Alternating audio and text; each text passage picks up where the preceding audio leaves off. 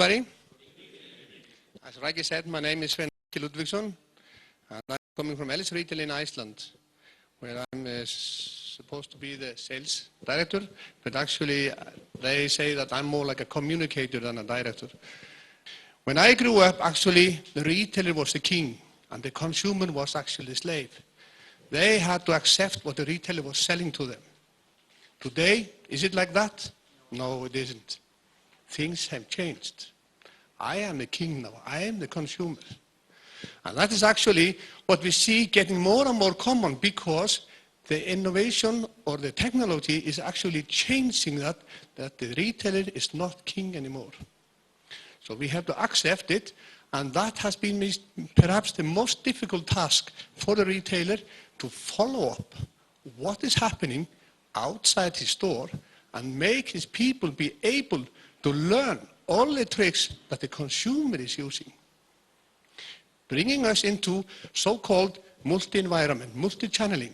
But today, we talked about multi-channeling yesterday, or cross-channel or cross-selling the day before, but today we talk about omni-channeling. Well, what is that? That is because we don't spend our time anything in our homes on the internet anymore. We use our mobile phones, we use our iPads, we use everything that we can think about, and we can even stand in the store with the customer and tell him what his competitor is selling the same product for. Does my people, does my staff cope with that? Are they educated to do the same thing? Are they on the same level as the consumer? This is always the question. So what brings the consumer into my stores? How can I keep them as my customer? That's maybe the biggest task we have today, keeping the customer, because, as I said, they can buy the goods from anyone else if I'm in a common trade. We are always fair of that. The customer is always saying, you are too expensive, you have to lower your prices, give me a discount. This is something a retailer hates. He doesn't want to give discount, it's giving his money. So what can he do to avoid this? He can do a lot of things, and that is actually what we need to think about. We, for example, have seen that there's a case study, I don't know if you heard about it, that in America, on Thursdays, usually husbands go to the supermarket to buy diapers. But they found out that when they're buying diapers on Thursday, they said, well, heck, because I'm in the store now, I should also take 1 or 2 kips of the beer, because that's a weekend coming along. So they bought always diapers and beer together.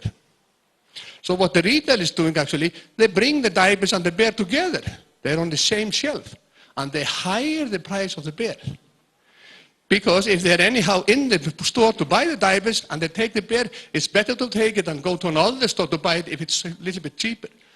So this is actually what they're doing to get the attention of the customer without lowering prices, but even hiring prices, because they know the habits, how they are shopping.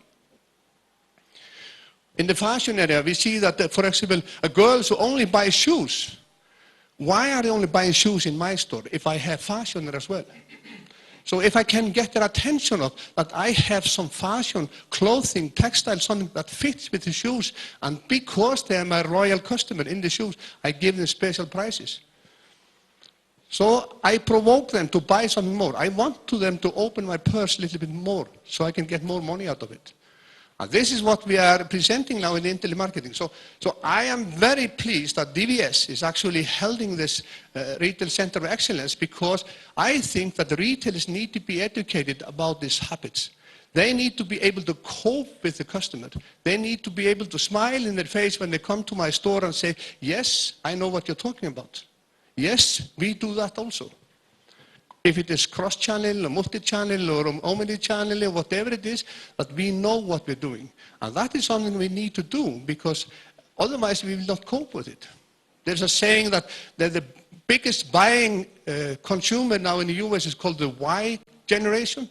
And that is actually a generation who knows better than the retailer what is in his store at what price. And if you don't cope with this customer, which is actually a young teenager between 15 and 25 years old, if you don't cope with them now, you will be out of business in 20 years, or no, sorry, in 10 years. This is the issue people are looking into. So we think that it's very vital that we actually follow this trend. I'm coming back to the story I start with and saying that when I went to the stores when I was young and the only thing I could buy was milk, bread and butter, and I had to be thankful to get it, it has changed. It's totally changed. So we see that if we do this intelligent marketing, if we do these new trends that people are thinking about, if we cope with all these abilities that they are using to buy goods, I think that we will survive. Otherwise we won't. It's not enough to just hang there and utilize the old system we have been using. We have to follow what things are going.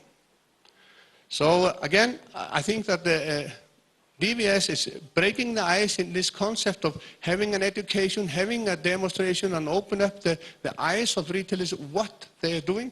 And I see this is coming in more countries. I think this will actually be followed up by others because retailers are really worried about this. When we are centric about what we are doing, we need to be able to understand it, what it is.